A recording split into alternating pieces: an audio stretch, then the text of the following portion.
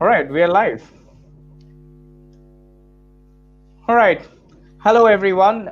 Welcome to another episode of Stories That Impact, a place where we get ordinary people to share their extraordinary stories. My mission is to impact people, even if it is one person who watches these stories and they get impacted, I'll be the happiest person. My today's guests are Naishadh Gadani and Caroline Brown, or the way I call them, my lovely people. They both hail from Melbourne, Australia. Naishadh is a co founder of Your Career Down Under and has been working with skilled migrants and international graduates to find a job, build their careers, and realize their Aussie dream. He's also the co founder of Career Care Package with Caroline. Before I get on to Caroline introduction, let me share Naishad's story. Naishad shares his story today on how landing in Australia and change of career from sales engineer to employment and career coach was the best decision he ever made. Using his strengths like compassion, curiosity, training, coaching, and mentoring, he built his company Career Down Under from scratch and helped thousands of people live their Aussie dream. Welcome, Naishad. Thank you very much, Amit. Glad to be part of your show. Thank you. Thank you for joining in. And now moving on to my next guest, Caroline, or the way I call her, KB, is the founder of Interview IQ. She's also the founder of Straight to Shortlist Challenge, a course that sets people to get 5 meetings with 5 employers in 5 weeks. That's interesting. She's also a co-host of Career Care Package with Naishad. Caroline's story goes like a decade ago, Caroline made some bold decision when she quit her corporate job to pursue her dream to start on her own. With a new apartment under her name, when she just left her corporate job, she had no clue how she is going to sustain. However, she was determined to move forward and not look back at the boring corporate life. Yeah, it's a bit boring. Yeah, I agree. A decade later now, she has a global audience, a strong brand, and a solid business. Welcome, Caroline. Thanks, Amit. Yeah, boring corporate job. I Yeah, I described know. it as other things too. So Yeah, you're and being I forgot I'm live. no, it's All great to right. be. Before I pass on the mic to my lovely people, I would just like to mention that I started attending this show somewhere in March and or April every day at 3 p.m. You know, the moment the timer goes 3 p.m., you know that it's the Naishad KB show. And I there's a lot of things that I actually learned, and thanks to them actually to motivate me to also get online. So now I'm going to keep my mouth shut and give the mic to our lovely people. All right. So, Caroline, would you like to start first? So you want me to talk about my inspiring story and a story of change? Yeah. Okay. Well, I'm hoping this can inspire other people because sometimes you make change when I think change is forced upon you rather than having a big vision. And I really feel like even though it was my choice, I didn't have any other choice but to leave my corporate job. I'd been working for an insurance company for quite a few years, and when I first started that job, I absolutely loved it. I felt like I'd found my home and I belonged. And I was working in recruitment, and I sort of stepped in with somebody else, and we cleaned up the recruitment processes, and we streamlined everything, and we got it running like a well-oiled machine. But at some point there was a change of management, and it's one of those things where you hear something and you go, oh, I don't think this is going to be good for me. And at that time I had some great relationships with everyone at work, but with the introduction of a new manager, my fortune-telling sort of gut instinct was completely correct, and it wasn't great for me. I felt like he had no trust or faith in me and didn't support me. And when I reflect back on about it, what happened, I think I was bullied quite badly. And ultimately, I think what we had was different perspectives of leadership. So my style as a leader is, I'm softly spoken, but I'm quite consultative, try to engage the team. I don't have a very authoritarian type style, but that's not me. And he was much more direct, and I think probably a little bit sexist, and could only sort of see, authority in terms of a white middle-class male in a suit type thing. So we weren't destined to get along, shall I say. So basically what happened was he used to say things to me like, you don't scare me. I've been, confronted by people twice your size. And I think, what am I doing here? I'm 5'2". I'm not that tall. I've just gone and asked him a question. So I think there was this kind of sort of intimidation that was going on that he felt, even though I didn't really feel that would be my style of person or my style of interaction. Anyway, it culminated in him deciding to replace me. And what he did was actually get one of my team members to write an advertisement for my job. So it was horrible. It was really horrible. And the way I normally react to these things is, I sort of go into anxiety and head spins and think about what I could do better or different or whatever. And I felt really stuck. I felt stuck that I didn't know what I wanted to do next, but I knew I didn't want to stay. And ironically, the pain of staying wasn't as bad as the pain of leaving at that point. So I took on a couple of jobs where I was, but at that company, but none of them had any meaning or purpose. And I just felt so, like I just needed something that I could see the end result from. So I didn't know what I wanted to do, but I knew I wanted to do something different. So the only thing I knew what to do was actually just to experiment a little. So I took on volunteering. I fed homeless. I volunteered at the Asylum Seeker Centre. I wrote articles in magazines. And what I was actually doing was just kind of finding a different way to explore work, really. And these places were, really glad to have me. So it made me feel very welcome, and slowly restored my confidence, until one day I went, I really do want to work for myself. And I heard that a friend had put an ad in the local paper and to write resumes. And I thought, well, she can do it, so can I. So I did a one-day web course, set my website up, put an advertisement on Google AdWords, and set my marketing up around corporate women who wanted to get ahead. And the very next day after putting an ad up, I got a client who was a train driver. So,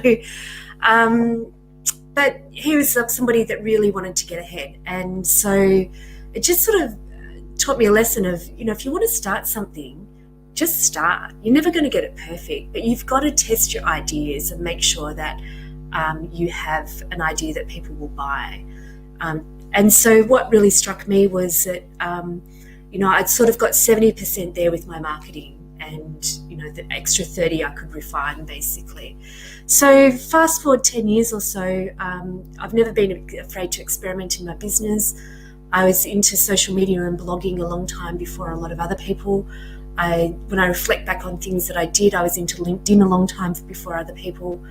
The lesson I learned from, the very first thing I did in my business was starting a website, was that, follow your gut with the things that you need to start. And that was intuitive for me. I guess, there's a lot of things that have been groundbreaking in my business, but, I developed an app 7 years ago, and I was thinking, oh my God, I did that 7 years ago. Who else was doing that? So, I think, over these years, my faith and my ability is slowly being restored by actually just trying and experimenting different things. And, from that time of somebody who lacked a lot of confidence, now I've, written for major newspapers, I've appeared on radio, I've, started this thing with Naishadh, I've developed an app, I have a following online, and I've created a niche for myself in terms of the clients that I work with. So I think, that story of a little bit of pain, from not being afraid to just go where you don't know there's a direction, I think has served me in good stead. Yeah. So, that's my story in 10 minutes. I'll go on for another half an hour, I promise. So. No, perfect. I think I completely. I'll not say I understand it because you really. I don't think I've in the same shoes, but I would like to just understand when you. I understand that you were frustrated to a point. Of course, I would be when your manager talks about half the size and stuff. It's scary Mm. because I'm short too. But the question the question is, how did you handle your finances specifically when you thought of moving out? Because what was going in your mind when you said that, all right, enough is enough, but then you also have, because that's what people always have the thought of the finances. So Yeah. how did you manage your mind towards that? It's not about managing the finances, but your mindset.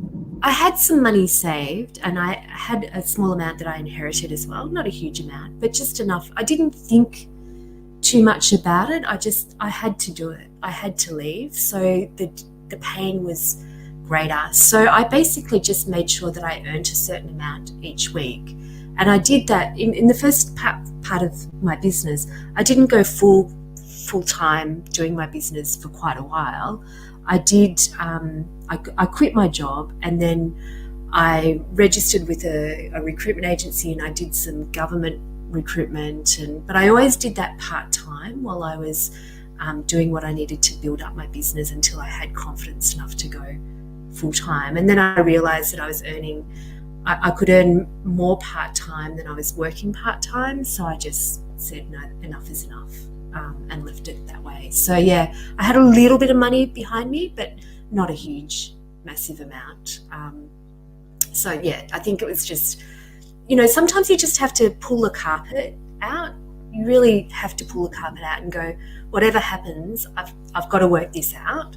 And I think that's the thing that really stood me in good stead, was just going, well, I have to work it out. I have to make ends meet. I don't have a very extravagant lifestyle. Like didn't have a car at that time, so didn't eat out a lot. Was going on this sort of solo journey where, the life that I could have had before, I just was much more focused on, doing whatever I needed to do to survive, to start my business, basically. Wow. Yeah, I think so. Your determination was way high irrespective of whatever things happen, and Yeah. I think, great. Yeah. Amazing. Thank you for sharing that. And now, yep, thanks. And now I'll move on to Naishadh. Hi, Naishadh.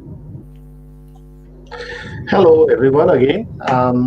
Thanks for the opportunity, Amit. And you might see my rowdy dog might hear my rowdy dog in the background also. So my apologies. He's a Jack Russell Terrier, and there is nothing in the world can stop him. But coming back to my story, I don't think so. There's very unusual thing.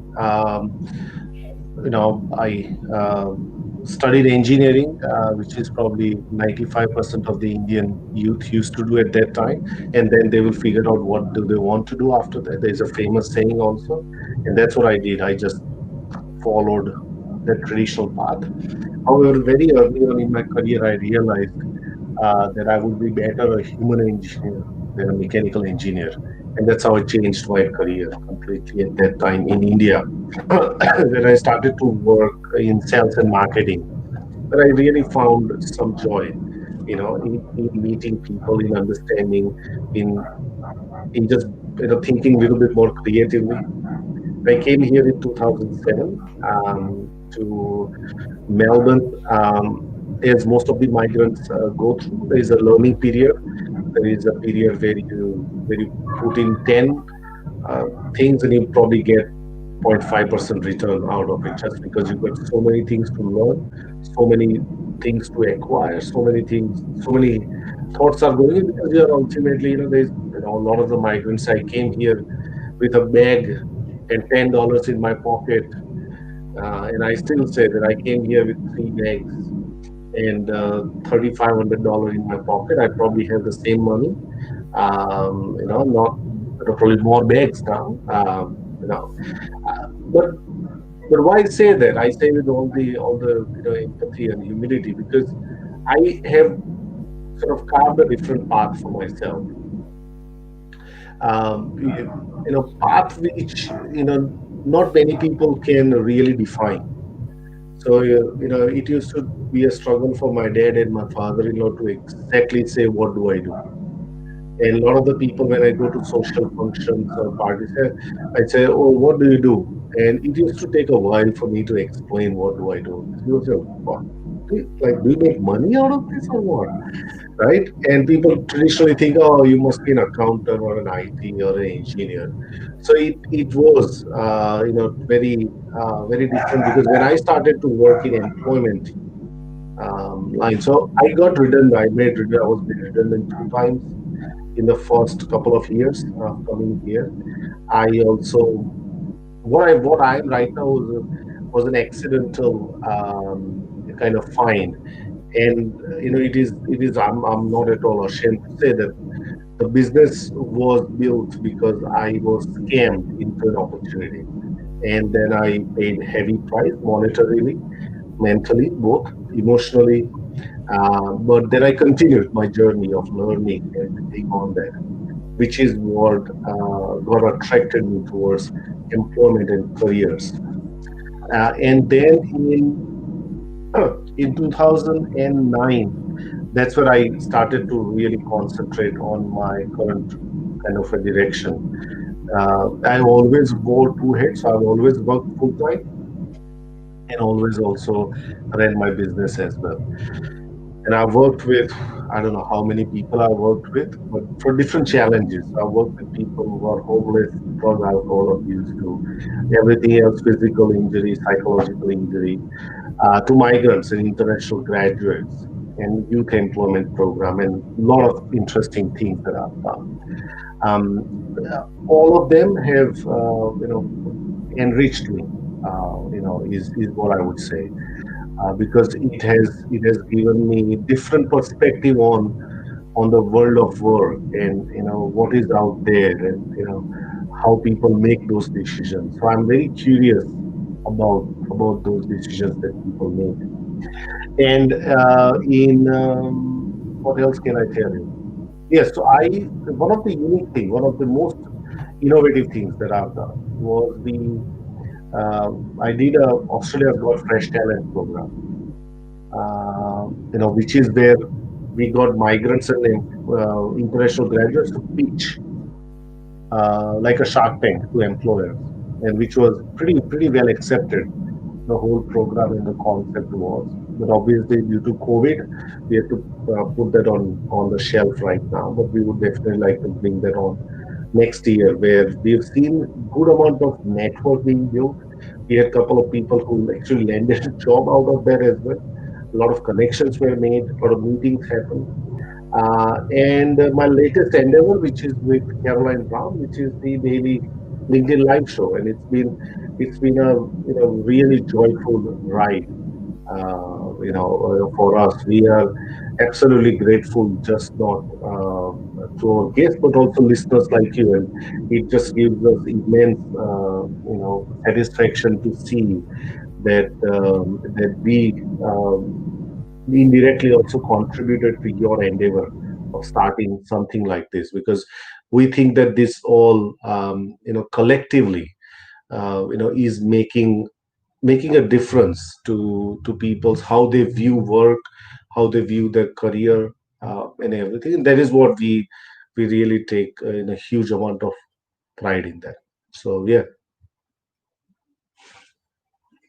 Absolutely. No, it has definitely helped me to learn lots of tips and tricks from you guys. So thanks. But let me ask this, Naishad. I'm going to dig into one of those stories about how you actually got cheated. If you don't mind, can you share that with us? Because I think it's really relevant for folks to understand when they, that's the biggest fear everyone has. When you move from one place to another place, a new way, most of your parents or your colleagues might be feared of that. So if you don't mind, could you share that with us? No, absolutely. I have no problem with that at all, because I think there's a theory that me and Caroline spoke about, which is called happenstance theory, and it is also part of the study that I do as well. And I think that there are happenstances. There are things that happen because you are there and you are active, and that's precisely what happened there. And and there's the psychologist who really wrote that. He said that most of the successes happens by accident. They are not there. You are deliberately looking for that, but you can never put a timeline to that. It happens because you are in that moment. Things align because you are in action, and you are there at that time.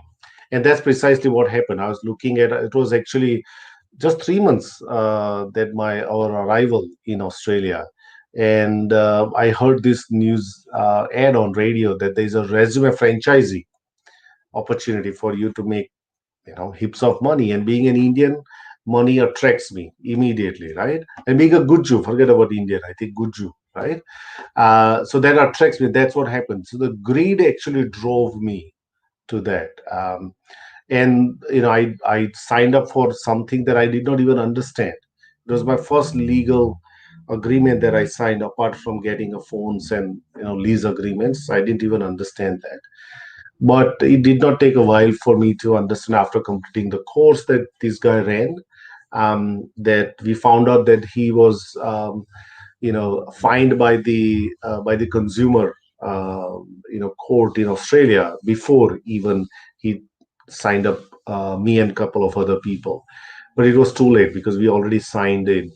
And then what happened was, next 1.5 year was legal arguments. And as you know lawyers don't really charge. They actually charge for every second also, forget about minute, right? And it really drained huge amount of money, out of our savings. And then we had to do out court settlement, and I had to go and ask my dad to bail me out for that, because I absolutely did not have money, honestly, at that time, to really settle that. And that's what I learned out of it, is to now when I see an opportunity, I chew on that. I don't, even though, I can't get rid of that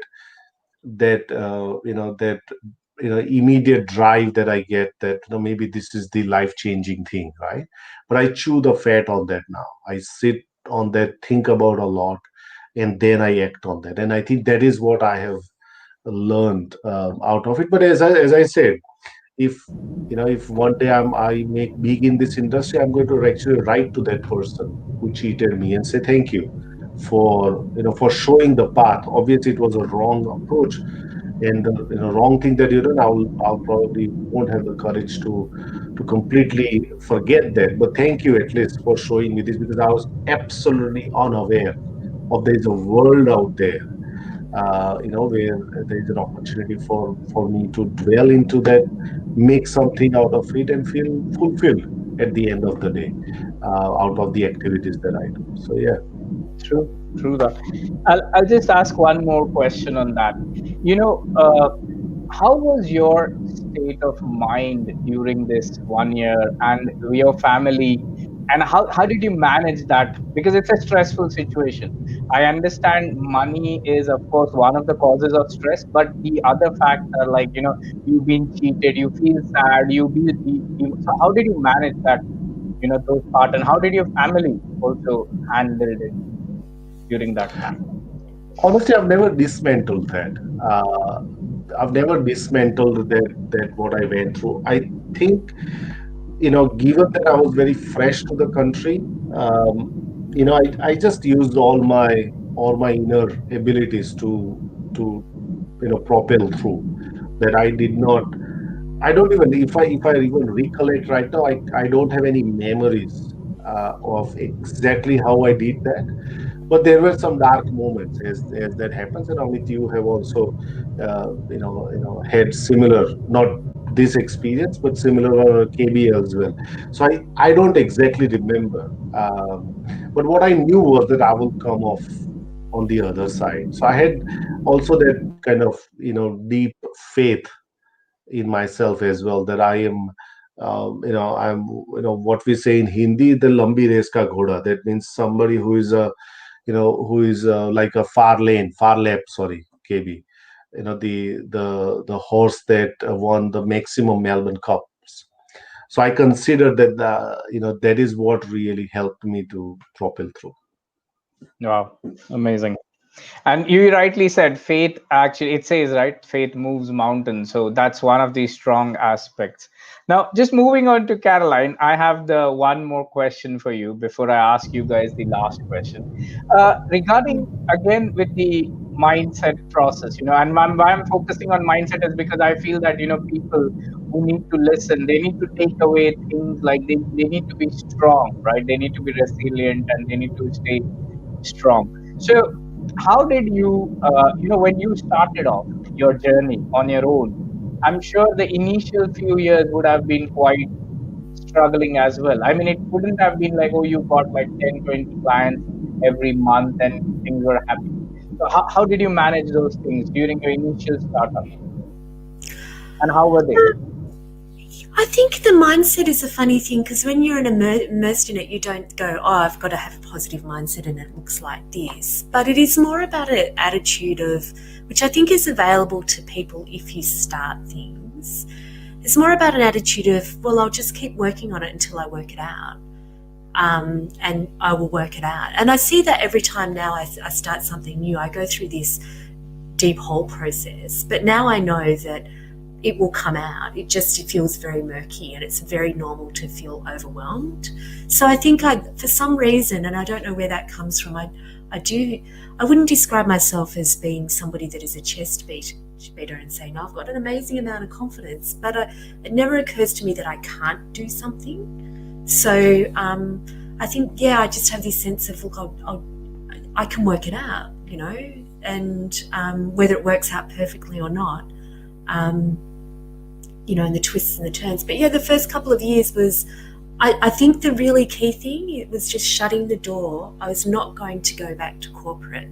I would just not do that. So, I did take part-time jobs or consulting jobs and whatever, but I just looked for ways to earn enough money from those. So, but for me, I think the mindset is you don't have, you shut the door to the other alternative.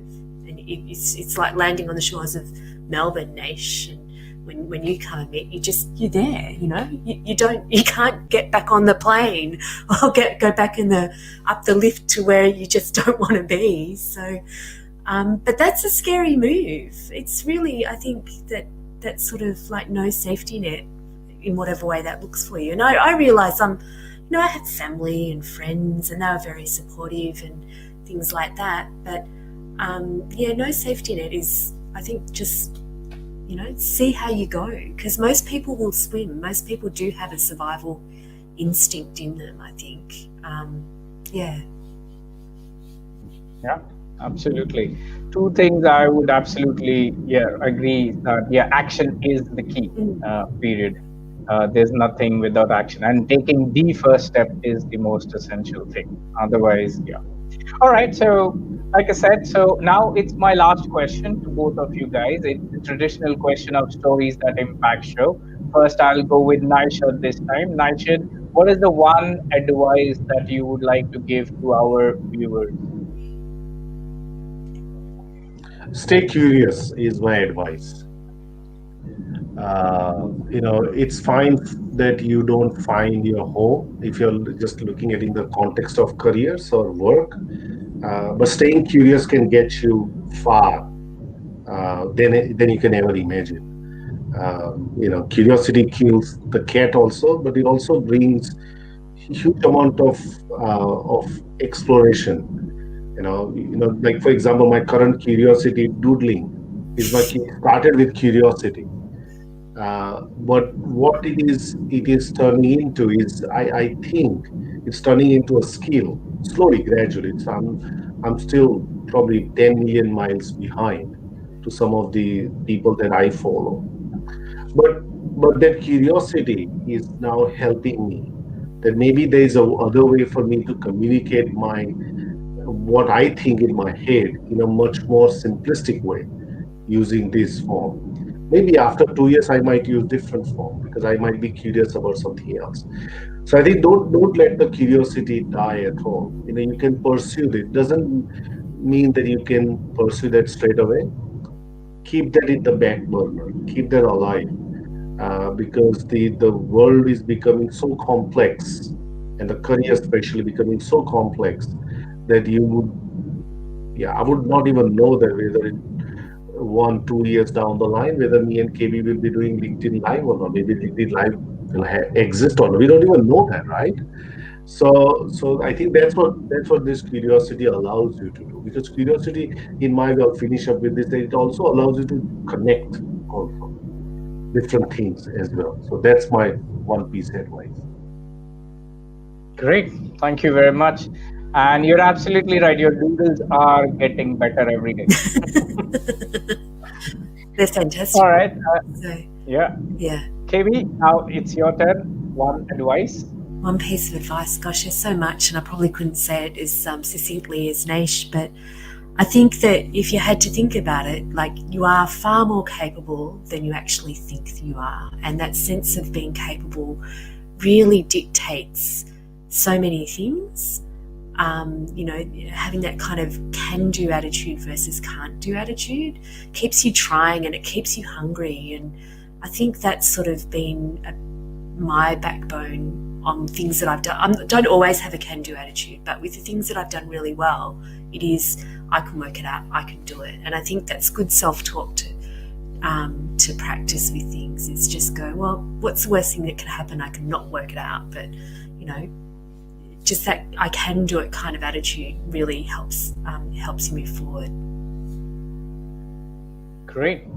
All right. So thank you once again. So remember two key things: that you need to be curious all the time and you can do it. That's the attitude you're going to take forward.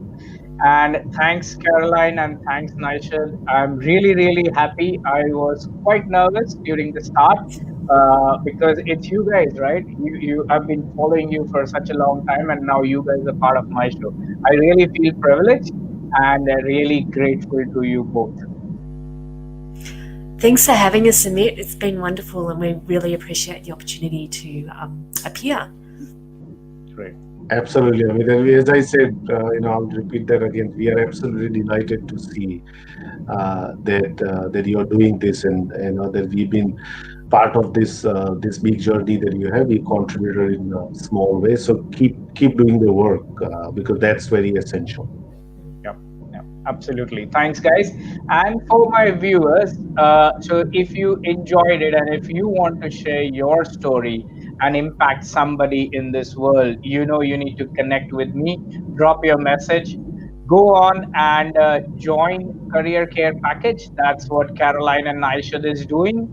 And I have already put the hashtag on LinkedIn. I will share the YouTube channel and the LinkedIn channel for them. And also, while you're there on YouTube, make sure to also connect and subscribe to my channel as well. All right. Thanks, everyone, and have a wonderful day ahead. Bye, Bye. guys. Bye, Cheers. everyone. Bye bye.